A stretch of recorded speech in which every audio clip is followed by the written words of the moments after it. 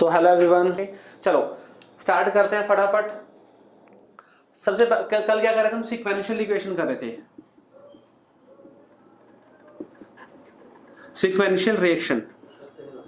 Sequential reaction की मैंने आपको डेफिनेशन तो करा दी थी। सीक्वेंशियल रिएक्शन है क्लास, सर क्लास एक, हाँ एक घंटे की क्लास होगी यार, ज्यादा नहीं होगी क्योंकि 2 ही टॉपिक कराने हैं मेरे को और 1 घंटे से क्या जल्दी ना खत्म कर दो। ओके फटाफट देखो, सीक्वेंशियल रिएक्शन में मैंने आपको डेफिनेशन लिखवा दी थी। किसी बच्चे को डेफिनेशन लिखनी है या स्टार्ट करें? डेफिनेशन मैंने आपको कल लिखवा दी थी, कल की क्लास में। है कोई बच्चा जिसने? हाँ स्टार्ट करें, चलो जी स्टार्ट करते हैं। हमने क्या एग्जांपल लिया था? ए से हमारा क्या बना? बी, और बी से क्या बना? हमारा सी बना। ए से क्या बना? बी, बी से क्या बना? सी। ये हमारी एक सीक्वेंशियल इक्वेशन है। 3 नाम बोलते हैं इसके, सीक्वेंशियल, कंसेक्यूटिव और सीरीज रिएक्शन बोलते हैं उसको। ओके, कि जहां पे हमारा एक एलिमेंट्री रिएक्शन का जो एक प्रोडक्ट है दूसरी एलिमेंट्री रिएक्शन में वो रिएक्टेंट की तरह क्या करेगा? वो काम करेगा। मतलब एक एलिमेंट्री रिएक्शन का प्रोडक्ट दूसरी एलिमेंट्री रिएक्शन में रिएक्टेंट का क्या करता है? काम करता है। वही क्या होती है? वही हमारी सीक्वेंशियल रिएक्शन होती है। ओके चलो देखते हैं। जब हमारा टाइम 0 है, जब हमारा टाइम 0 है, टाइम 0 पे क्या होगा? ए हमारा maximum, that is A. B 0 और सी भी 0 होगा। बी 0 होगा और सी भी क्या होगा? सी भी 0 होगा। जब टाइम मेरा टी टाइम आएगा, कोई भी टाइम होता है टाइम टी, जो कंप्लीशन टाइम और इनिशियल टाइम के बीच में होता है। कॉम्प्लेक्स में भी ऐसे ही होती है। नॉर्मल देखो, सीक्वेंशियल रिएक्शन हम एलिमेंट्री में ही स्टडी करते हैं, कॉम्प्लेक्स से ज्यादा हम बातें नहीं करते, नॉर्मल इसी की बात करते हैं। अगर कॉम्प्लेक्स में तो उसके फिर रेट डिटरमिनिंग स्टेप की ही बात करेंगे, दूसरे स्टेप्स की हम बात ही नहीं करेंगे। ओके देखो, अब की बार ना मैं थोड़ा सा चेंज कर रहा हूँ, थोड़ा सा चेंज क्या कर रहा हूँ? अब की बार ना मैं यहाँ पे x लिख रहा हूँ। अब की बार मैं क्या लिख रहा हूँ? यहाँ पे x लिख रहा हूँ, और ये मैं लिख रहा हूँ y, और ये मैं लिख रहा हूँ z। मेरा जो x है ना, x है concentration of a at time t, concentration of a at time t। अब की बार मैंने a माइनस x के टर्म्स में नहीं कर रहा इसको मैं नॉर्मल x लिखा है। a b c, मतलब कुछ और भी ले सकते हो, आप वो ले सकते हो, मैंने यहाँ पे x रखा है। तो देखो x किसके इक्वल होगा? x हमारा 80 होगा, x हमारा 80 होगा। Concentration of a at time t, वही तो x है हमारा। ओके, और यही यहाँ पे मैं लिख दूं bt, और z की जगह मैं लिख दूं ct, z की जगह मैं लिख दूं ct लिख दूं। ओके चलो, मैं आपको इसमें छोटा सा एक एग्जांपल बता सकता हूं कि लेट्स से कि वही है कि हमारा a से क्या गया? b गया, और b से क्या गया? c गया। a से b गया, b से क्या गया? c गया। जब टाइम 0 है, मैंने मान लिया कि a मेरा 100 है और b भी 0, c भी 0, b भी 0 और c भी 0। लेट्स से कि मेरा टाइम कोई एक t टाइम आया है, 2 मिनट जितने मर्जी लगा लो। a में से कुछ कम हो गया, a में से क्या हो गया? कुछ कम हो गया, मान लो 90 रह गया, a 90 रह गया। ओके 10b बन गया, c 0 है। अभी रिएक्शन प्रोसीड हो रही है, 10b बन गया, c 0 है। ओके, जब टाइम और टाइम आएगा, कोई एक t डैश टाइम मान लिया मैंने, t डैश टाइम पे क्या होगा? ये 90 है, ये 8 हो गया, और ये कितना हो गया? 2 हो गया। ये 8 हो गया और ये क्या होगा? 2। मतलब इस तरह से रिएक्शन हमारी प्रोसीड करती है। a से b बनेगा, फिर b से क्या होगा? b से थोड़ा सा c में वो कन्वर्ट हो जाएगा। उस तरह से हमारी रिएक्शन ये प्रोसीड करती है। ओके अच्छा, मैं क्वेश्चन क्या था? क्वेश्चन मेरा ये था कि क्या हम लिख सकते हैं इस रिएक्शन के अंदर, क्या मैं लिख सकता हूं ना कि मेरा जो a नोट है वो 80 प्लस bt प्लस ct के वो इक्वल है? क्या मैं ये चीज लिख सकता हूं? क्या मैं लिख सकता हूं ये? या फिर अगर मैं एक और टर्म से बोलूं तो a is equal to x plus y plus z. बात तो क्या है? बात तो सेम है। क्या बात सही है? एग्जाम्पल से समझ आ रहा होगा बिल्कुल। इनका सबका सम a के इक्वल है, सबका इसका सम लगा लो, a के इक्वल है, तो ठीक है ना। तो फिर या तो बोलूं कि x y z a के इक्वल है, या फिर बोलूं 80 bt और ct a नोट के इक्वल है। बात सर, इसमें तो किसी को डाउट नहीं है ना? ये इंपॉर्टेंट है। और इसके अंदर क्या, इसके अंदर किसी को डाउट तो नहीं है ना? बिल्कुल भी। एग्जाम्पल से हो गया क्लियर। ओके चलो, मेरे को पता है ना क्या निकालना है। अपने 3 चीजें निकालनी होती हैं, AT निकालना है, BT निकालना है और CT निकालना है। एक AT निकालना है, एक BT निकालना है और एक CT निकालना होता है। पैरेलल रिएक्शन में हमने ये निकाला था, रिवर्सिबल में भी हमने यही बात की थी। AT BT और CT निकालना है। चलो सबसे पहले निकालते हैं AT, सबसे पहले निकालते हैं AT। सबसे पहले हम AT निकालेंगे। ओके देखो, मैं इसका मान लेता हूं कि इसका रेट कांस्टेंट ना K1 है और इसका रेट कांस्टेंट क्या है? K2 है। भाई फर्स्ट जो रिएक्शन है इसका रेट कांस्टेंट K1 है, इसका कितना है? K2 है। ओके चलो, नॉर्मल देखो कि A से क्या बन रहा है? B बन रहा है। नॉर्मल एक रिएक्शन है, नॉर्मल। देखो ए हमारा किसका काम कर रहा है, ए हमारा रिएक्टेंट का काम कर रहा है, ए किसका काम कर रहा है, रिएक्टेंट का। तो फिर इसका रेट हम कैसे लिखेंगे, minus of D A by D T. इसका रेट हम कैसे लिखेंगे, minus of D A by D T. Okay, अब रेट लो पे जाते हैं, रेट लो के अकॉर्डिंग कैसे लिखेंगे, K1 इंटू ए, K1 इंटू ए। बस ये मेरी मेन इक्वेशन बन गई है। ये समझ आया नहीं आया, फटाफट बताओ मेरे को। रेट ऑफ रिएक्शन कैसे लिखेंगे, रेट ऑफ रिएक्शन ए की टर्म्स में, ए तो हमारा रिएक्टेंट है तो इसको तो डिसअपीयरेंस की टर्म्स में लिखेंगे, और रेट लो के अकॉर्डिंग K1 इंटू में रिएक्टेंट की कंसंट्रेशन होती है तो K1 इंटू में, दोनों क्या होंगे, दोनों इक्वल होंगे क्योंकि दोनों क्या हैं, हमारे रेट हैं। ये चीज समझ आई या नहीं आई, फटाफट बताओ मेरे को। क्लियर है ना? चलो बस आगे हो गया सोल्व, आगे तो कुछ करना ही नहीं, सेम हो गया हमारा। ये रीअरेंज करना है, उसको इंटीग्रेट कर दो, आंसर आ गया। सो डी ए अपॉन में A is equal to minus of K1 D T. ठीक है, ये उसके बाद क्या करोगे, इसको इंटीग्रेट करोगे। ए नोट से कहां गया, एटी गया, जीरो से कहां गया, टी गया। 1/a का इंटीग्रेशन करोगे तो क्या आएगा, ln ऑफ ए नोट से एटी गया, minus of K1 T, upper limit minus lower limit, again बस वही ln of AT upon A nought is equal to minus of K1 T. वही कि पॉजिटिव की टर्म्स में लिखना है तो पहले यहां से एटी की वैल्यू निकाल लो। वो सेम है जैसे हमने फर्स्ट ऑर्डर का है, सेम वही है, इसमें कोई चेंजेस नहीं है बिल्कुल भी। एक्सपोनेंशियल उधर जाएगा तो AT is equal to A note E raise to power minus K1 T, ये आ गया। ओके, और अगर पॉजिटिव की टर्म्स में लिखना है तो K1 T is equal to ln A nought by A T. Same formula है, कुछ भी चेंज नहीं है। कुछ भी चेंज क्यों होगा, क्योंकि सिंगल रिएक्शन हम ऐसे बात कर रहे हैं, और ये क्या है, फर्स्ट ऑर्डर है, तो फिर आंसर भी क्या आएगा, फर्स्ट ऑर्डर के अकॉर्डिंग आएगा। आंसर भी कैसा आएगा हमारा, फर्स्ट ऑर्डर के अकॉर्डिंग आएगा। फटाफट बताओ, इसके अंदर किसी को डाउट है तो। सिंपल वही है जैसे अपन पहले करते थे, फर्स्ट ऑर्डर काइनेटिक्स जैसे करा था, सेम वही है। चलो फटाफट नोट करो उसको, एटी हमारा निकल चुका है। अब आया, ठीक है। हाँ जी, कर लिया सबने नोट आंसर, 1r प्लस का इफेक्ट है शायद। अच्छा क्लास 1 घंटे से ज्यादा लगती है। ओके चलो जी, अब हमने निकालना है बीटी। अब क्या निकालना है, बीटी निकालेंगे।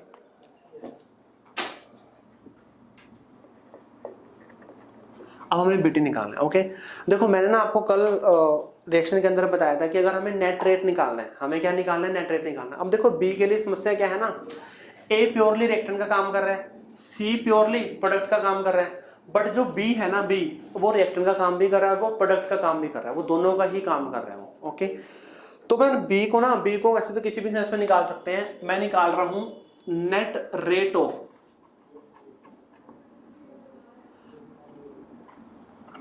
Deformation of B, net rate of deformation of B.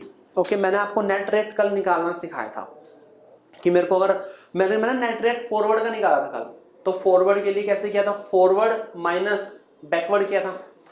अब मेरे को निकालना है नेट रेट ऑफ डिफॉर्मेशन, तो मैं क्या करूंगा, rate of deformation minus rate of formation.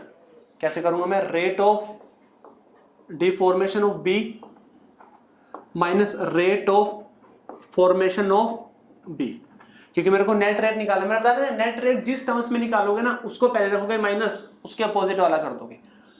तो मेरे को अगर डी फॉर्मेशन ऑफ बी की टर्म्स में निकालना है तो फिर बी माइनस, मतलब डी फॉर्मेशन माइनस फॉर्मेशन। फटाफट बताओ, इसके अंदर किसी को डाउट है क्या? ये मैंने आपको कल भी बताया था और मैंने बोला भी था कि आगे हम करेंगे इस तरह से, ठीक है ना। जिसको भी निकालना नेट रेट उसको आगे रखो, माइनस वो कर दो, ठीक है। चलो अच्छा, rate of deformation, rate of deformation, deformation का मतलब है कि ये रिएक्टेंट की तरह काम कर रहा है, डिसअपीयरेंस हो रही है, तो कैसे कर दोगे, minus DB by dt, minus of DB by dt। अच्छा अब देखो rate of deformation, rate of deformation के लिए ना, रेट ऑफ डिफॉर्मेशन के लिए, रेट ऑफ डिफॉर्मेशन का मतलब है कि जो हमारा b है ना, b वो रिएक्टेंट की तरह काम कर रहा है, तो इसका मतलब है कि सिर्फ रिएक्शन इतनी होगी। जब रिएक्शन इतनी होगी तो फिर इसका रेट कैसे निकलेगा, इसका रेट निकलेगा K2 इंटू बी। तो इसकी जगह मैं क्या पुट कर दूंगा, K2 इंटू में B पुट कर दूंगा। अच्छा, अब मेरे को निकालना रेट ऑफ फॉर्मेशन। जब मैं रेट ऑफ फॉर्मेशन निकालूंगा तो रिएक्शन सिर्फ इतनी होगी, ये वाली रिएक्शन, और इसका रेट कैसे निकलेगा, K1 इंटू ए माइनस K1 इंटू ए। बस ये चीज समझ आनी चाहिए आपको। ये चीज समझ आई या नहीं आई बताओ मेरे को एक बार। इसी के बेस पे ही सारा कुछ है, आगे बस इसको रीअरेंज करना है, आंसर आ जाएगा हमारा। ये चीज समझ आनी चाहिए आपको। समझ आ रही है ना? चलो आगे तो बहुत अच्छी बात है, करो बस फिर तो। Minus dB by dt is equal to K2 into B minus K1। अच्छा ये A है, कंसंट्रेशन ऑफ A, मैं AT बोल सकता हूँ इसको, मतलब जिस भी टाइम पे निकाल रहे हैं उसी टाइम पे कंसंट्रेशन होगी। तो मैं यहाँ पे AT की वैल्यू पुट कर सकता हूँ, और मेरा AT क्या था, AT मैंने अभी निकाला, AT is equal to A naught E raise to power minus K1 T। AT is equal to A naught E raise to power minus K1 T। उस वैल्यू को मैं यहाँ पे पुट करता हूँ, A naught E raise to power minus K1 T। ये आ गया मेरा।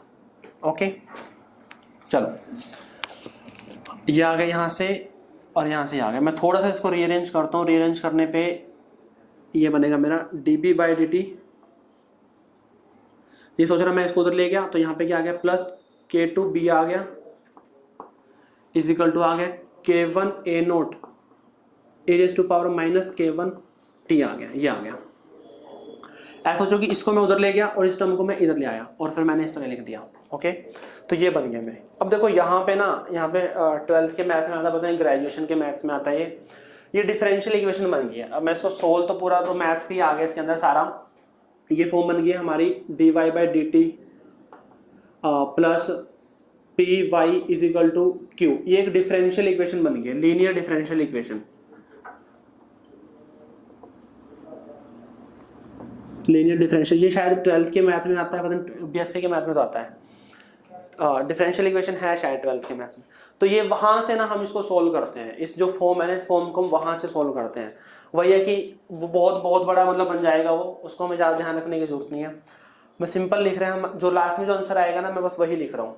है सर ना? हाँ है, 12th के मैथ्स में है ये, शायद अभी करोगे आप, पता नहीं कर लिया आपने। डिफरेंशियल इक्वेशन है, इसी फॉर्म को आप आगे सोल्व करते हो। इसी फॉर्म को जब आप वो कर लोगे मैथ्स वाले तो उसको आगे आप सोल्व कर लोगे। मैं सिंपल रिजल्ट लिख रहा हूँ। हमारा बेटी क्या होगा, बेटी होगा हमारा K1 A naught upon K2 minus K1 e raise to power minus K1 T minus e raise to power minus K2 T। ये हमारा लास्ट में रिजल्ट निकल कर आएगा बेटी का। इसको डिफरेंशियल इक्वेशन से सोल्व करना है। पॉज हो रहे, नहीं पॉज तो नहीं हो रहा, सही चल रही है बिल्कुल वीडियो, कोई प्रॉब्लम नहीं आ रही, बिल्कुल सही चल रही है। मैं बता दें कि डिफरेंशियल इक्वेशन को आपने सोल्व करना है। ब्लर नहीं हो रही? हाँ थोड़ी थोड़ी ब्लर हो रही है, नहीं ठीक है, आपके वहीं पे प्रॉब्लम है। डिफरेंशियल इक्वेशन को सोल्व करना है। अल्टीमेटली हमारा बीटी आएगा नहीं आएगा, मेन क्या है, मेन हमें एटी बीटी और सीटी को ही याद रखना है। मेन ही फॉर्मूले हमारे पास ये हैं। ओके, क्या क्लियर है आपको? ये देखो इसके बाद पूरी एक पेज के पन्ने की डेरिवेशन हैं। अगर कहोगे तो मैं आपको ग्रुप में सेंड कर दूंगा वो, बाकी कोई जरूरत नहीं करने की बिल्कुल। एटी बीटी से अल्टीमेटली ना आपने देखो, आप जैसे काफी सारे फॉर्मूले होंगे काइनेटिक्स के अंदर, तो आपने ना मेन उसके ना फॉर्मूलों के की नोट्स बनाने हैं, की पॉइंट्स बनाने हैं फॉर्मूलों के। फॉर्मूलों को मतलब एक नॉर्मल 3-4 पेज में लिखना है। तो बस वहां पे आप सिर्फ 3 से 4 फॉर्मूले लिखोगे इसके, एटी बीटी और सीटी कैसे निकालते हैं, अल्टीमेटली वो ही आपने पुट करना है। हाँ जी क्लियर है बेटी? ये बताओ मेरे को, क्लियर है? तो क्लियर है तो इसको फटाफट नोट डाउन करो, फटाफट नोट डाउन करो, फिर सीटी करते हैं फाइंड आउट।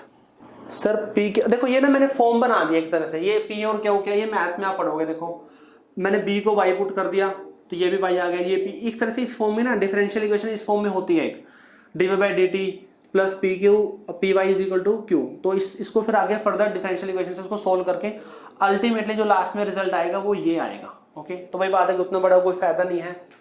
नॉर्मल थोड़े बहुत ही डेरिवेशन तो करने हैं, वो तो चलो हो जाती है, पर इसका कोई खास वो नहीं है। ओके, क्योंकि सीबीएसई, हाँ रिजल्ट अल्टीमेटली लास्ट में हमें रिजल्ट ही तो याद रखने हैं। अब सीबीएसई में थोड़ा, सीबीएसई में है ही नहीं भाई, नीट में नहीं क्वेश्चन इतना एक आधा खास आया हुआ है इसके ऊपर। ग्राफ्स के ऊपर इसके इंपॉर्टेंट है, जो मैं ग्राफ बताऊंगा ओके, बस फॉर्मूले ही याद रखने हैं।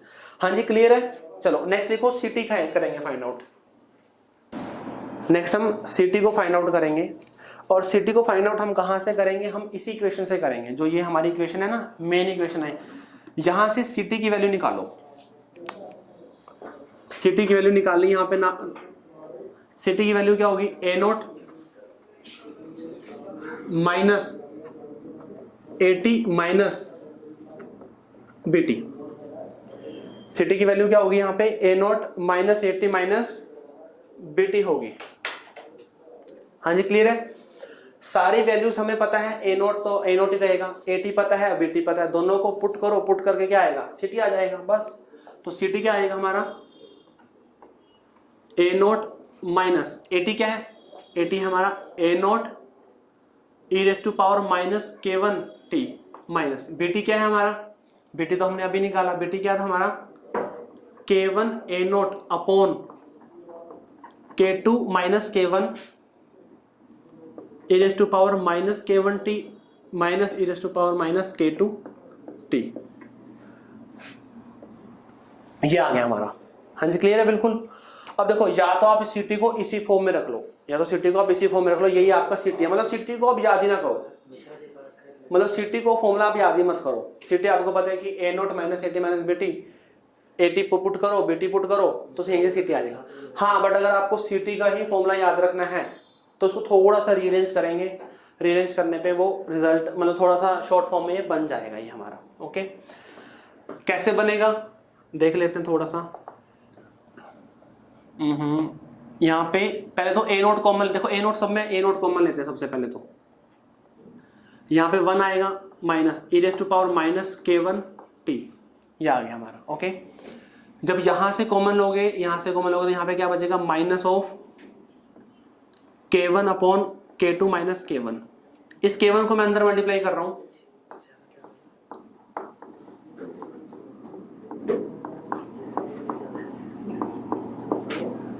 ये आ गया मेरा। क्लियर है। अच्छा, उसके बाद क्या करोगे, इन दोनों को ना मैं एलसीएम ले रहा हूं, के टू माइनस के वन।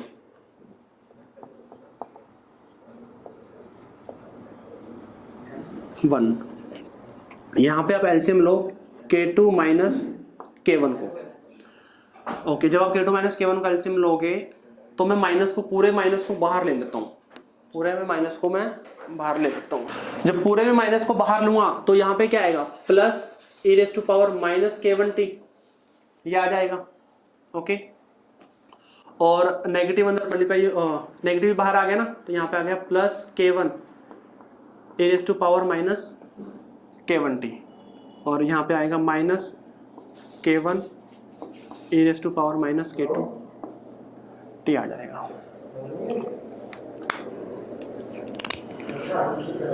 ये आएगा यहाँ पे।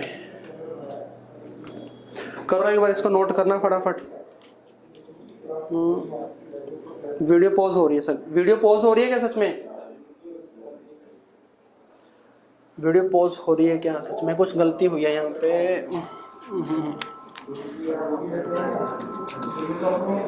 यहाँ पे ये अभी मत उतारना एक मिनट। हाँ, यहाँ पे ये तो मल्टीप्लाई किया ही नहीं हमने,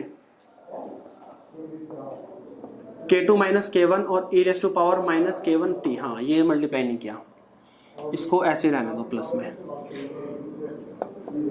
C T is equal to A naught 1 minus के two e raise to power minus के वन टी माइनस के one E raise to power minus के वन टी प्लस के one E raise to power minus के one T minus के one E raise to power minus के two T upon के two minus के one. हाँ, अब आया सही। हाँ, इससे ये कैंसिल होगा, बस रिजल्ट आ चुका है अब हमारा। C T is equal to A naught 1 minus, minus बाहर है बिल्कुल, ये K two e raise to power minus के वन टी माइनस के one E raise to power minus के टू टी अपॉन के टू माइनस के वन। बस ये रिजल्ट आ गया हमारा सिटी का। बीच में ये जो है ना कैलकुलेशन, थोड़ी सी ध्यान से करना, थोड़ी सी ध्यान से लिखना इसको। यहाँ पे जो मैंने लिखा है, यहाँ पे थोड़ा सा गलत ना हो जाए, इसको ना ब्रैकेट को बिल्कुल बाहर रखो, ये इस तरह से। हाँ जी बताओ, कोई डाउट है तो बताओ इसके अंदर, कैलकुलेशन समझ आनी चाहिए। यहाँ से ना मैंने K2 माइनस K1 को एलसीएम लिया, मैं यहाँ पे लिखना भूल गया था, तो K2 माइनस K1 आ गया, मैंने पूरे दोनों में से ना माइनस बाहर ले लिया, दोनों में से माइनस, दोनों में से माइनस बाहर लूंगा तो फिर तो यहाँ पे पॉजिटिव साइन आ जाएगा ना, बस इनको अंदर मल्टीप्लाई किया, रीअरेंज किया, कैंसिल आउट हो गया, ये बच गया। हाँ जी बताओ, फटाफट बताओ। कैलकुलेशन ध्यान से देखना के बाद यहाँ पे थोड़ा सा ना, क्योंकि माइनस बाहर लिया और उधर मल्टीप्लाई किया, उतार लो इसको, बाद में देख लेना, हो जाएगा, कोई दिक्कत नहीं है, कोई टेंशन नहीं है बात। फटाफट उतारो, बताओ मेरे को, उतार लिया तो 80 निकल गया, BT निकल गया और CT निकल गया, बस यही हमने निकालना था। थोड़ा सा ग्राफ है, 2-3 बताऊंगा, ग्राफ इंपॉर्टेंट है इसके ग्राफ इंपॉर्टेंट है। क्वेश्चंस भी गिवन है आपको इसके मॉड्यूल में ग्राफ के बेस पे। आज वाला टॉपिक टेस्ट में आएगा, देखो टेस्ट में बता रहा हूँ ना, प्रेशर के बेस पे हम करेंगे, बहुत ही इंपॉर्टेंट टॉपिक, तो वो तो टेस्ट में आएगा, फिर बहुत इंपॉर्टेंट टॉपिक है हमारा। चलो ग्राफ करते हैं इसमें। ग्राफ यहाँ पे मैं लिख रहा हूँ कंसंट्रेशन और यहाँ पे है टाइम।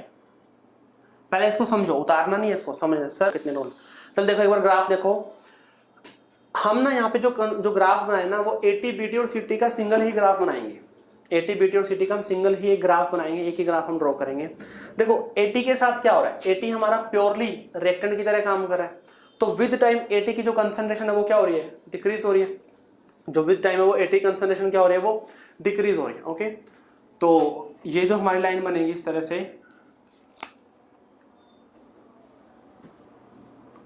ये क्या आएगा, ये हमारा AT आ जाएगा। ये AT वर्सेस T का ग्राफ कैसे बनाया था हमने फर्स्ट ऑर्डर में, यही तो बनाया था, तो ये बन जाएगा हमारा AT वर्सेस T का ग्राफ, कि विद टाइम जो AT है वो क्या हो रहा है, डिक्रीज हो रहा है, हमारा कंसंट्रेशन ऑफ A क्या हो रही है, वो डिक्रीज हो रही है। क्लियर है बिल्कुल ये? ओके। अब देखो हमें पता है कि जो C है, C प्योरली किसकी तरह काम कर रहा है, C प्योरली काम कर रहा है प्रोडक्ट की तरह, कि मतलब विद टाइम उसकी कंसंट्रेशन क्या हो रही है, उसकी कंसंट्रेशन इंक्रीज हो रही है, विद टाइम उसकी कंसंट्रेशन क्या हो रही है, इंक्रीज हो रही है। तो भाई विद टाइम लगा सकते हो, उसकी कंसंट्रेशन क्या हो रही है, वो इंक्रीज हो रही है। तो ये हमारा A नोट आ गया एक तरह से, उसके अप्रोच कर रही है, ये हमारा CT आएगा, कि विद टाइम जो C है उसकी कंसंट्रेशन क्या हो रही है, वो इंक्रीज हो रही है। ओके, अब देखो B के साथ क्या प्रॉब्लम है, B के साथ प्रॉब्लम है कि पहले तो B इंक्रीज होगा, पहले तो B क्या होगा, पहले तो B इंक्रीज होगा और फिर क्या हो जाएगा, डिक्रीज हो जाएगा। समझ आने चाहिए, देखो पहले तो B इंक्रीज हुआ और फिर B किस में कन्वर्ट हो रहा है, C में जब कन्वर्ट होगा तो क्या होगा, डिक्रीज हो जाएगा। पहले B इंक्रीज और फिर क्या हुआ, डिक्रीज हो जाएगा। ओके, और जिस पॉइंट पे B हमारा मैक्सिमम होगा इसको हम T मैक्स बोलते हैं, the time eight which concentration of B is maximum, वो टाइम जहां पर कंसंट्रेशन ऑफ B की क्या होगी, वो मैक्सिमम होगी, वही हमारा T मैक्स होगा। फटाफट बताओ, ग्राफ बताओ मेरे को, समझ आया नहीं आया। A डिक्रीज हो रहा है कंटिन्यूसली, C कंटिन्यूसली इंक्रीज हो रहा है, B के साथ क्या, पहले वो इंक्रीज हो रहा है, बाद में क्या हो रहा है, बाद में वो डिक्रीज हो रहा है, बाद में क्या डिक्रीज हो रहा है। बताओ मेरे को फटाफट, ग्राफ समझ आया या नहीं आया? आगे ग्राफ B पूरा नीचे तक क्यों नहीं आया, देखो B 0 थोड़ी ना होगा, अरे B 0 थोड़ी, B तो रहेगा, B रहेगा, B 0 नहीं होगा, B रहेगा कुछ ना कुछ। हाँ बहुत ज्यादा टाइम हो जाए वो एक अलग बात है, B रहेगा थोड़ा बहुत। हाँ इन्फिनिट टाइम पे 0 हो जाएगा, वो एक मैं बात मान गया, पर B नॉर्मल उस पर रहेगा। हाँ जी सर, पूरा C ऊपर तक हो तो हाँ, तो नीचे तक आ जाएगा फिर, मतलब बिल्कुल जब C उधर मिल जाएगा तो फिर B भी नीचे मिल जाएगा, वो बिल्कुल C जब उस लाइन में मिल जाएगा तो B नीचे मिल जाएगा। हाँ जी, कोई और डाउट है इसके अंदर किसी को, कोई और डाउट? हाँ जी क्लियर है ये? अब इसमें ना मैं केस बता रहा हूँ, 2 केस करेंगे अपन इसमें ना, इसमें 2 केस करेंगे। सबसे पहला जो केस है केस 1, सबसे जो पहला केस है केस 1, केस 1 है कि अगर जो हमारा K1 है वो बहुत ज्यादा हो K2 से, जो फर्स्ट जो केस बनेगा हमारा T मैक्स तक, B मतलब B हमेशा ऊपर होगा, जब B मैक्सिमम होगा तब तो C तो कम ही होगा ना, क्योंकि जब B मैक्सिमम होगा तो उस टाइम कुछ ना कुछ A भी होगा और कुछ ना कुछ C भी होगा, पर B सबसे मैक्सिमम होगा। चलो केस 1 में देखो, केस 1 में क्या है, यहाँ पे वही हमारी कंसंट्रेशन और यहाँ पे क्या है, यहाँ पे हमारा टाइम है। जब K1 बहुत ज्यादा है, K1 बहुत ज्यादा होने का मतलब क्या है कि रेट कांस्टेंट हमारा ज्यादा है, और रेट कांस्टेंट जितना ज्यादा होगा रिएक्शन उतनी क्या होती है, उतनी ज्यादा होती है, मतलब उतनी फास्ट होती है। ओके, तो देखो K1 बहुत ज्यादा है, पहला स्टेप बहुत फास्ट है, पहला स्टेप क्या बहुत फास्ट है, और सेकंड स्टेप क्या है, स्लो है। मतलब कंपैरिजन अगर हम करें तो ये स्टेप बहुत फास्ट है, ये क्या है, स्लो है। देखो अगर ये स्टेप बहुत फास्ट है उससे क्या फर्क पड़ेगा ए पे, अगर ये स्टेप हमारा बहुत फास्ट है तो उससे क्या फर्क पड़ेगा ए पे, ए एकदम क्या होगा, डिक्रीज होगा। ए की जो कंसंट्रेशन है बहुत एकदम क्या होगी, वो डिक्रीज होगी। ये बात सही है ना, क्योंकि ये स्टेप अगर हमारा फास्ट है तो ए एकदम क्या होगा, एकदम डिक्रीज होगा। जब वो एकदम डिक्रीज होगा ना, एकदम डिक्रीज होगा, जैसे ये पॉइंट हमारा ए नोट था, तो मैंने बताया जब एकदम डिक्रीज होगा तो बिल्कुल इस तरह से जाएगा ग्राफ, इस तरह से लगा सकते हो कि जब ए है, ए एकदम से क्या होगा, जैसे टाइम इंक्रीज हुआ ए एकदम से क्या हुआ, डिक्रीज हुआ, एकदम से क्या हुआ, डिक्रीज हुआ। ये लाइन क्लियर है या फिर नहीं है, फटाफट बताओ मेरे, ये लाइन क्लियर है कि भाई ए एकदम से क्या होगा, एकदम से डिक्रीज होगा, जैसे ही रिएक्शन हमारी स्टार्ट होगी। तो जब एकदम से डिक्रीज होगा तो फिर बिल्कुल अंदर की तरफ ग्राफ आ जाएगा ना, ये लाइन अंदर की तरफ आएगी थोड़ी। ओके चलो, बीटी के साथ क्या होगा, अब अगर ये हमारा एकदम डिक्रीज होगा, कम होगा, तो ये बी एकदम इंक्रीज भी तो होगा ना, बी एकदम क्या होगा, इंक्रीज होगा, बी एकदम क्या होगा, इंक्रीज होगा, बी एकदम क्या होगा, इंक्रीज होगा। ये हमारा टी मैक्स आ जाएगा भाई। बी बी भी तो क्या होगा, बेबी की कंसंट्रेशन भी तो एकदम क्या होगी, एकदम इंक्रीज हो जाएगी, इवन रहेगी, काफी टाइम तक रहेगी उसकी कंसंट्रेशन ज्यादा। देखो जब फर्स्ट स्टेप हमारा फास्ट होता है ना, जब फर्स्ट स्टेप हमारा फास्ट होता है इसका मतलब है कि बी बन गया, बी ज्यादा बन गया, बी क्या बन गया, बी ज्यादा बन गया। तो उसके कंपैरिजन में जो सी होता है ना, उसके कंपैरिजन में सी होता है वो कम बनता है, मतलब बनेगा उसके बहुत टाइम बाद बनेगा जाके, वो सी कम बनेगा, बहुत टाइम बाद जाके वो इसको क्रॉस करेगा वो, और इतना मैक्सिमम तो वो होगा ही नहीं कभी भी, इस स्टेप के अंदर वो कभी भी मैक्सिमम नहीं होगा वो। हाँ कुछ टाइम बाद वो बीटी से जरूर ज्यादा हो जाएगा वो कुछ टाइम बाद, बट एकदम ज्यादा नहीं होगी उसकी कंसंट्रेशन, एकदम ज्यादा नहीं होगी उसकी कंसंट्रेशन। हाँ जी क्लियर है, बताओ फटाफट, सी फिर से बता दो। देखो पहला स्टेप फास्ट है, दूसरा स्टेप उससे कंपैरिजन में स्लो है, बट इसका मतलब ये नहीं है कि सी बनेगा ही नहीं भाई, सी बनेगा थोड़े टाइम बाद बनेगा, सी बनेगा थोड़े टाइम बाद बनेगा। ए एकदम से डिक्रीज हुआ, बी एकदम से इंक्रीज हुआ, सी भी इंक्रीज होगा, थोड़ा थोड़ा टाइम लेगा, टाइम लेगा, उसके बाद क्या होगा, वो स्लोली स्लोली इंक्रीज होगा, धीरे धीरे से इंक्रीज होगा। हाँ जी सही है। चलो एक केस और दूं, वह बना के दिखाना।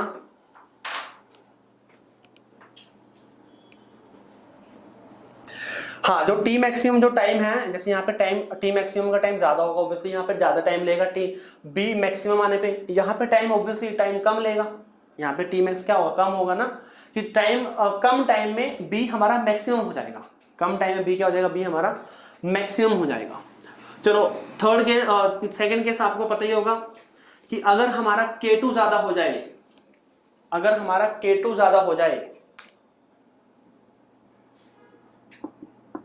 केस 2 क्या है कि अगर हमारा जो K2 है वो ज्यादा है K1 से, इसका मतलब क्या है, इसका मतलब है कि जो हमारा रिएक्शन है सेकंड स्टेप,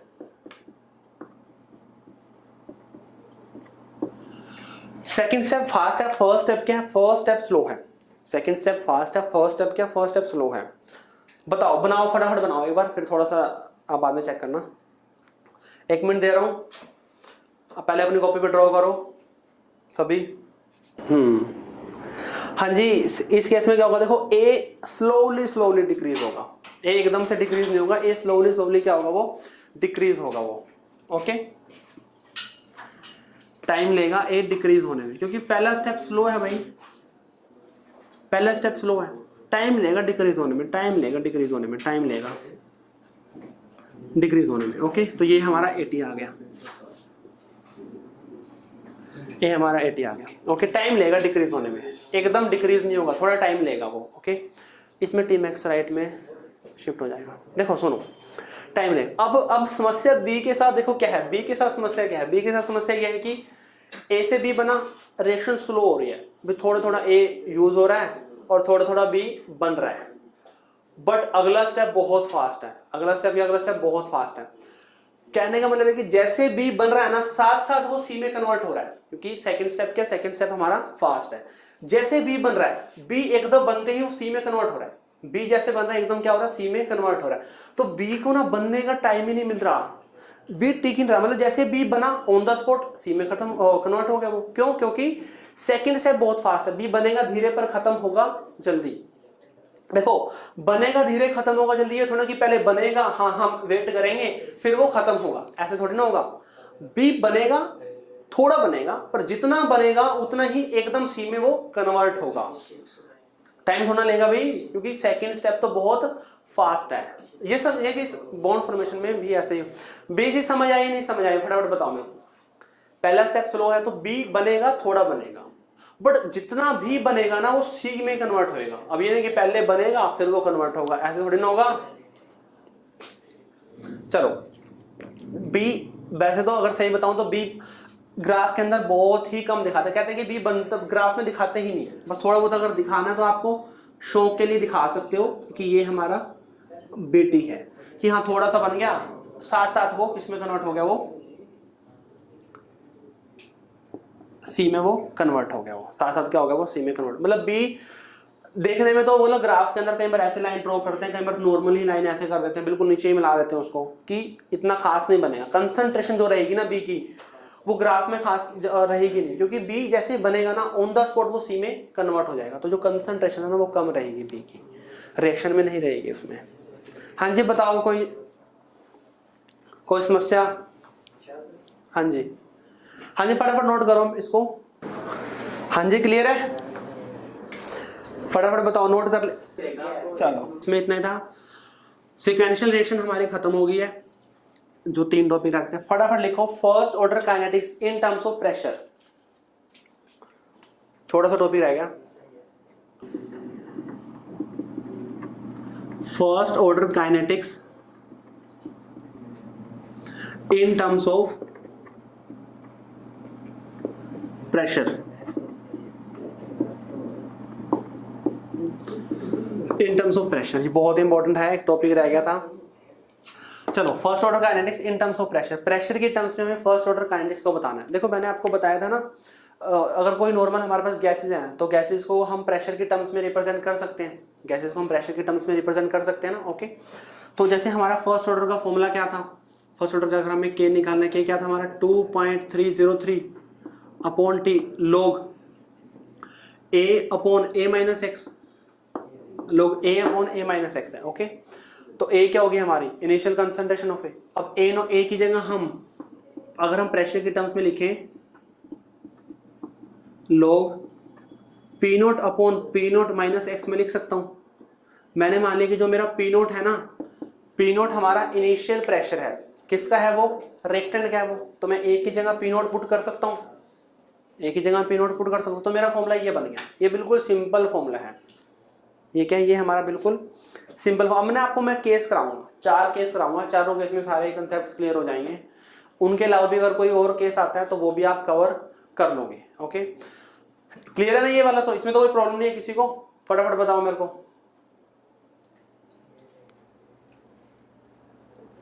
हाँ यहां पर एक्स प्रेशर होगा, ये जो है होगा ना ऑब्वियसली प्रेशर होगा, क्योंकि पी नोट क्या है, रिएक्टेंट का प्रेशर था।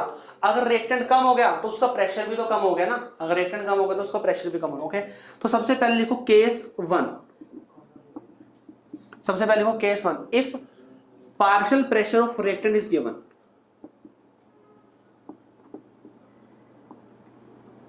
If partial pressure of reactant is given, अगर पार्शियल प्रेशर गिवन है किसका, रिएक्टेंट का, अगर पार्शियल प्रेशर गिवन है किसका गिवन, आपको रिएक्टेंट का गिवन है। ठीक है, चलो आपको ना एक टेबल गिवन है, टेबल के अंदर क्या क्या है, यहां पे है प्रेशर, चलो ऊपर टाइम कर रहे हैं, ऊपर यहां पे टाइम गिवन है आपको, और यहां पे आपको प्रेशर गिवन है, रिएक्टेंट का गिवन है, सिर्फ रिएक्टेंट का, ये ध्यान रखना सिर्फ रिएक्टेंट का है। आगे मैं इसी चीज को चेंज करूंगा, अभी सिर्फ रिएक्टेंट का गिवन है। जब टाइम 0 है तो मेरे को गिवन है पी नोट, जब टाइम 0 तो मेरे को गिवन है पी नोट, और जब टाइम टी हो गया तो मेरे को गिवन है पी टी। जब टाइम टी हो गया तो मेरे को गिवन है पीटी गिवन है। ओके चलो इक्वेशन क्या है हमारी, इक्वेशन है कि ए से क्या बना बी प्लस सी बना, ये इक्वेशन है। ए से क्या बना बी प्लस सी बना। ओके देखो ए से क्या बना बी प्लस सी बना, वही कि जब टाइम 0 है ए का प्रेशर पी नोट, बी का 0, सी का 0।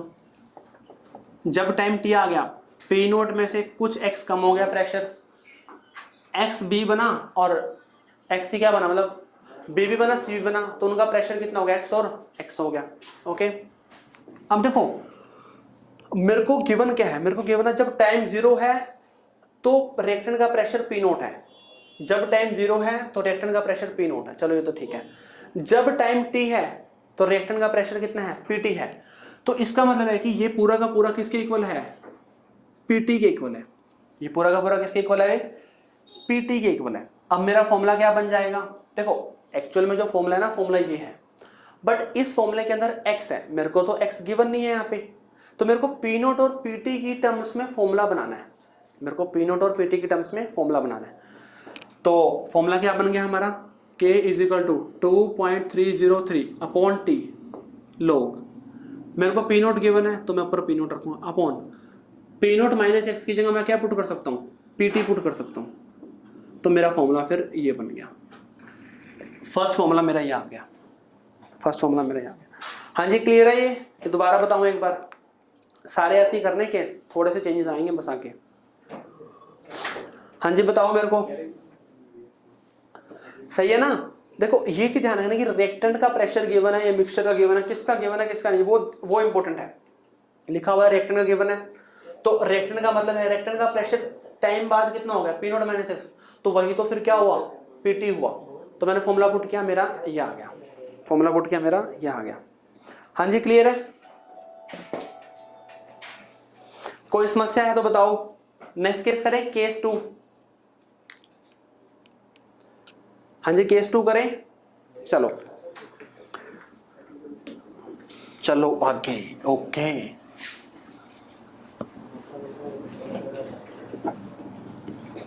चलो केस 2 करते हैं। केस 2 लिखो, if total pressure of mixture is given,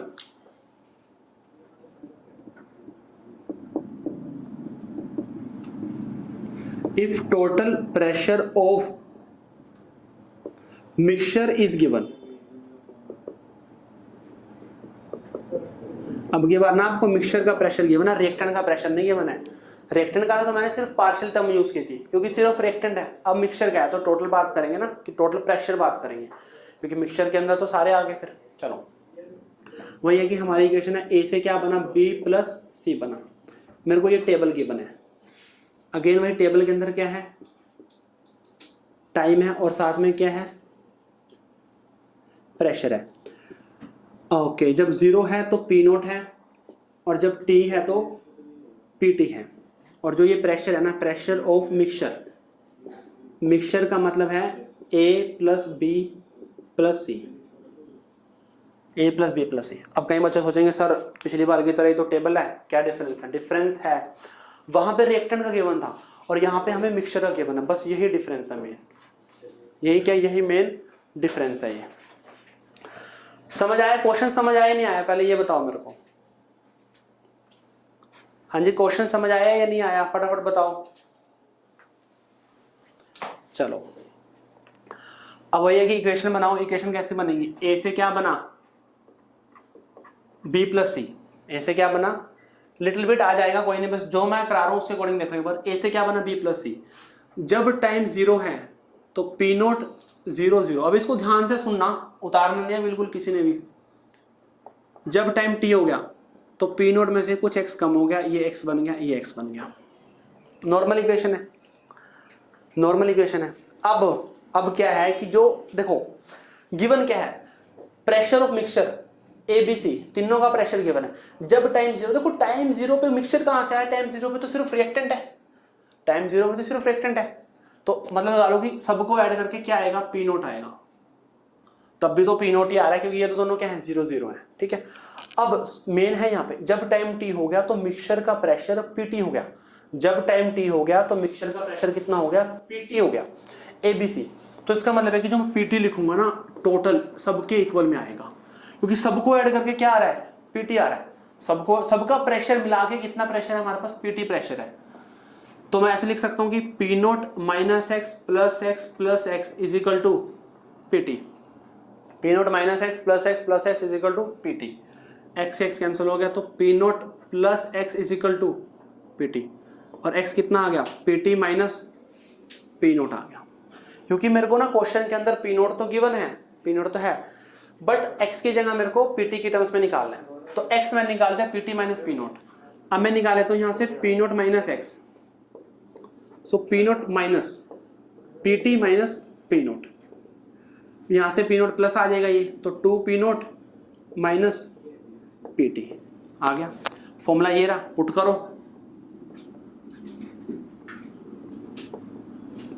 P note है, पी नोट माइनस एक्स की जगह ये आ गया 2 पी नोट माइनस पीटी। तो मेरा फॉर्मूला पी नोट और पीटी की टर्म्स में बन गया है। बस ये चीज है ना, ये चीज समझानी कि पीटी मेरे को यहां लिखना है या फिर यहां लिखना है। मिक्सचर का गिवन है तो मैं यहां लिखूंगा, अगर मेरे को रिएक्टेंट का गिवन होता तो मैं यहां लिखता। सिर्फ प्रोडक्ट का गिवन होता तो मैं दोनों को उठाता।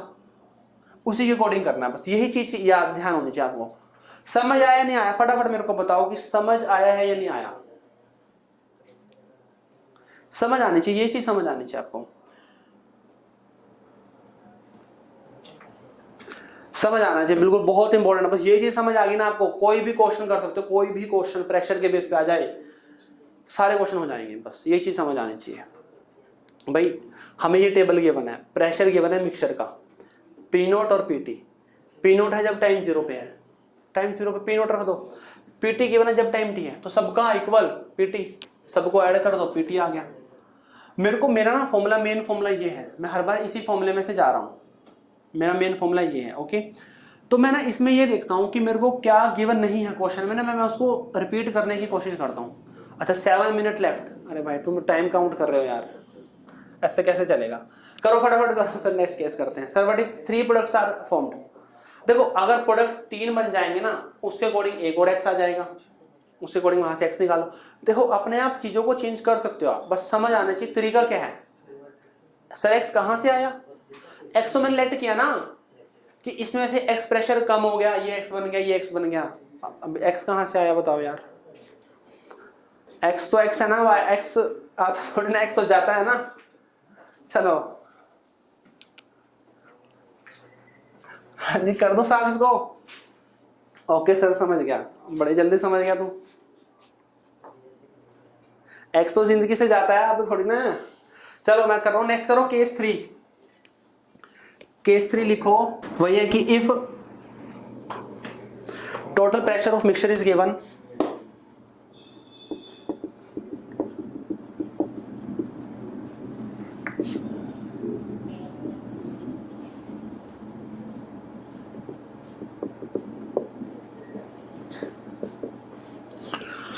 नॉर्मल इक्वेशन यही ज्यादातर क्वेश्चन के अंदर यही इक्वेशन मिलेगी आपको, तो इसी से कर रहे हैं। बाकी कुछ और मिलेगी तो उसके अकॉर्डिंग चेंज कर लेना।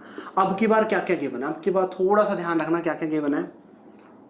आंसर आपने ही बताना है मेरे को। प्रेशर गिवन है, ए का भी है, बी का भी है और सी का भी है। जब टाइम टी है तो पीटी है, और जब टाइम इनफाइनाइट है तो पी इनफाइनाइट है। बस ये चीज समझ आनी चाहिए भाई। ये चीज ये अब की बार बिल्कुल ही चेंज हो गया। ये एक्स है यहाँ पे, मेरा फॉर्मूला ये है। मेरे को ना फॉर्मूला पीटी और पी इनफाइनाइट की टर्म्स में बनाना है। मेरे को पी नोट को भी चेंज करना है और मेरे को एक्स को भी चेंज करना है। ओके चलो देखते हैं। ए से क्या बना, बी प्लस सी बना। जब टाइम 0 है प्रेशर पी नोट, उतारना किसी ने नहीं है, समझना है बिल्कुल बस। जब टाइम टी हुआ पी नोट में से कुछ एक्स कम हुआ, ये एक्स बना, ये एक्स बना। अच्छा एक इनफाइनाइट टाइम भी दिया हुआ है, तो इनफाइनाइट टाइम पे निकाल लो। सुनो ध्यान से, देखो जब टाइम इनफाइनाइट हो जाएगा तो रिएक्शन हमारी कंप्लीट हो जाएगी, क्योंकि है तो ये फर्स्ट ऑर्डर काइनेटिक्स। रिएक्शन क्या होगी, रिएक्शन हमारी कंप्लीट हो जाएगी। देखो कॉल आ रहा है यार यहाँ पे, बस कट गया।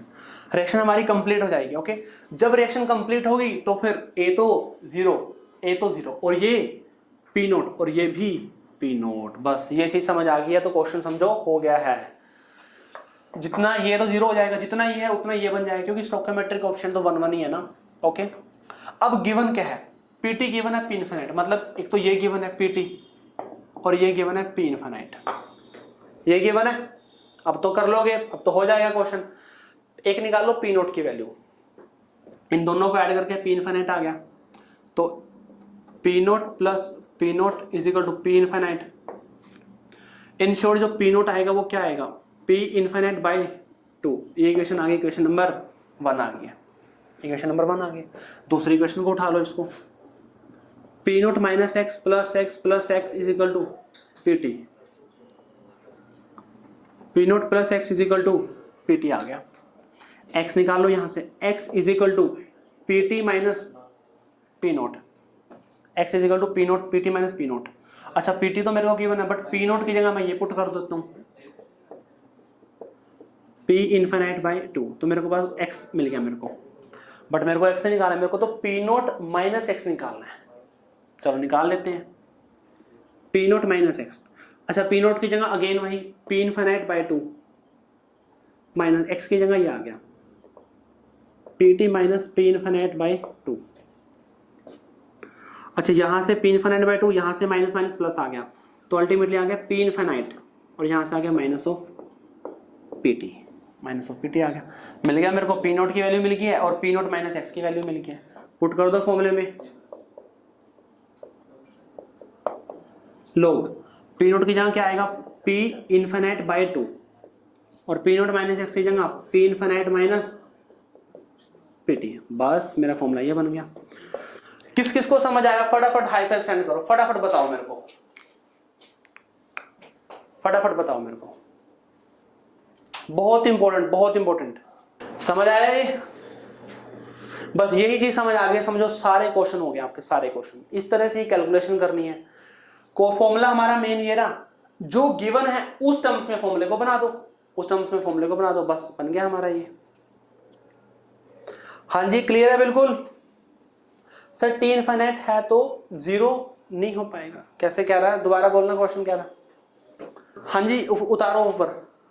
सर अपॉन में 2 कहां से आया, कौन सा 2, ये वाला 2, ये तो पी नोट की वैल्यू है ना, पी इनफिनिट बाई 2, तो पी इनफिनिट बाई 2 मैंने पुट कर दिया पी नोट की जगह। पी नोट बता दो फिर से, कौन सा पी नोट, अच्छा ये रहा पी नोट। देखो मेरे को इनफिनिट टाइम पे पी इनफिनिट गिवन था और इनफिनिट टाइम पे डायरेक्शन मेरी ये हो रही है, तो P naught plus P naught is equal to P infinite, p naught plus P naught is equal to P infinite, 2 p naught is equal to P infinite और p naught is equal to P infinite by 2 मैंने put कर दिया। एक यहां से पहले x निकाला मैंने, फिर पी नोट माइनस एक्स निकाला। हाँ जी क्लियर है। ये एक केस हो रहा है वैसे इसी से रिलेटेड है, बस मेन तो यही थर्ड केस ही था। टी इनफिनिट है तो डिनोमिनेटर बहुत ज्यादा है, ओवरऑल टेंड्स टू। अच्छा अब ये बोल रहे हैं सूर्य, ये बोल रहा है क्वेश्चन अच्छा है, ये क्या है कि अगर सर हमने टी इनफिनिट ले लिया तो इस फॉर्मूले के अंदर जो हमारा टाइम है, टाइम को हम इनफिनिट पुट करेंगे तो ओवरऑल के अप्रोचेस टू 0। देखो जो ये फॉर्मूला है ना, जो हम रेट कांस्टेंट जो हम निकाल रहे हैं, ये एक टी टाइम पे निकाल रहे हैं यार, एक पर्टिकुलर जो भी टाइम पुट करेंगे उसके अकॉर्डिंग रेट कांस्टेंट निकलेंगे ना हमारा, जो भी टाइम पुट करेंगे हम। जो अगर हमें कुछ और निकालना तो टाइम निकालना है तो रेट कांस्टेंट अगर हमें गिवन है उसके अकॉर्डिंग निकालेंगे ना हम यहाँ पे, ये थोड़ा कि फॉर्मूले में पुट करेंगे, जो भी टाइम गिवन है उसके अकॉर्डिंग निकलेगा वो तो। ओके चलो एक केस हो रहा है, फटाफट कुछ नहीं है उस केस के अंदर, बिल्कुल इसी से रिलेटेड केस है वो। केस बता दूं केस क्या है, केस के अंदर मैं इसी में चेंज कर देता हूं, मैं इसी में चेंज कर देता हूं। कह रहे कि चलो अब की बार ना 0 टाइम पे दे दिया पी नोट, टी टाइम पे दे दिया पी टी और इनफिनिट टाइम पे दे दिया पी इनफिनिट। कह रहे कि तीनों ले लो, चलो कह रहे कि चलो तीनों से कर दो सोल्व, कर सकते हो तो तीनों से सोल्व कर लो। देखो अब की बार ये गिवन है, एक फॉर्मूला तो ये भी बन सकता है जो हमने बनाया है, क्योंकि पी इनफिनिट भी गिवन है और पीटी भी गिवन है, एक फॉर्मूला तो ये बन गया। एक फॉर्मूला क्या बन सकता है, एक फॉर्मूला एक और बन सकता है, वो फॉर्मूला क्या बनेगा यहाँ पे, k is equal to 2.303 upon T, दिख रहा है यहाँ से लोग। अच्छा अगर मैं पी नोट को पी नोट ही रहने दूं, पी नोट को पी नोट रहने दूं कोई दिक्कत नहीं, क्योंकि मेरे को पी नोट गिवन है, पी नोट गिवन नहीं दिख रहा है यहाँ से, ब्राइटनेस ज्यादा है, बताओ दिख रहा होगा, अब दिख रहा है? फटाफट बताओ मेरे को, अब तो दिख रहा होगा यहाँ पे।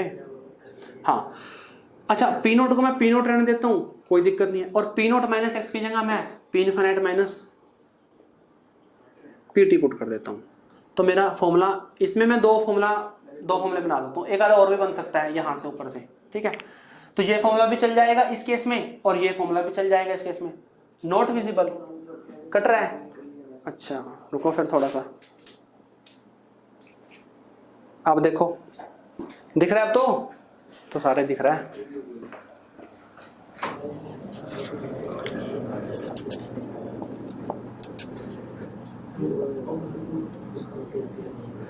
बैठी आ गया, तो मेरा फॉर्मूला ये भी आ गया और मेरा फॉर्मूला ये भी आएगा, दोनों में से मैं कोई से फॉर्मूले का यूज करके आंसर निकाल सकता हूं।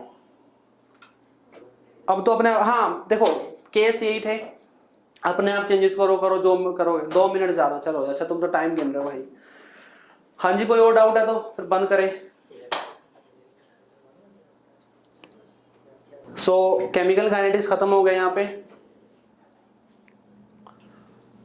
कल डाउट लेंगे, 70 तक क्वेश्चंस करने हैं आपने, मतलब अब कोई केमिकल काइनेटिक्स की क्लास नहीं होगी, अब तो सारे टॉपिक करा दिया, अब तो कुछ रहता ही नहीं। किसी को डाउट है तो बताओ, फिर करते हैं बंद।